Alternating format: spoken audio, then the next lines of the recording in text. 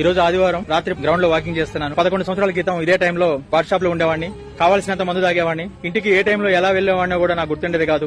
ఎంతమంది చెప్పినా గానీ వినకపోయేవాడిని. మా బాబు పుట్టినా గానీ మగపిల్లగాడే వాడే బతుకుతుళ్లే అనే ఒక మూర్ఖత్వంతో ఉండేవాడిని. 2012లో మా పాప పుట్టినాక చిరునవ్వులతో నా పాప నా భుజాలపైకి ఎక్కి నన్ను వదలటానికి ఇష్టపడేది కాదు.